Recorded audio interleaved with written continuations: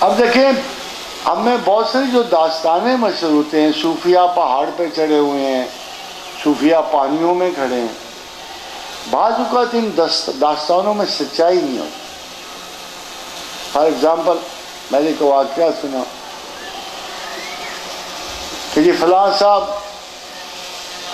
نے 12 سال یہ ریاضت کی۔ ہمارے پاس اس قسم کی کوئی شہادت نہیں کہ جس شخص نے شہادت دی وہ 12 سال اس کے ساتھ کھڑا رہا۔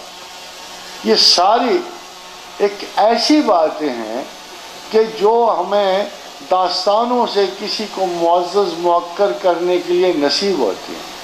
بہت ساری ایسی کرامات صوفیہ درج ہیں جن کا نام نشانی تاریخاً اور عملاً پایا نہیں جاتا۔ اللہ تعالیٰ کا یہ کام نہیں ہے کہ روز نئے کوئی، ورنہ لوگ کہیں گے یہ ساری جادوگری ہے۔ اللہ تو لوگوں کو علم اور شناخت کی طرف بلاتا ہے۔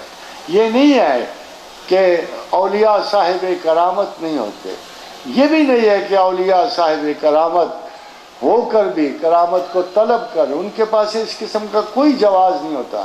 یہ ان کی مریدین کی لائن ہے جو انہیں شہرت یافتہ بنانے کی کوشش کر رہی ہوتی ہے۔ ایکچولی کوئی ولی ایسا نہیں ہے جو کسی قسم کا دعویٰ کر سکے۔ دے نو کہ ہمیں حساب کس کو دینا ہے۔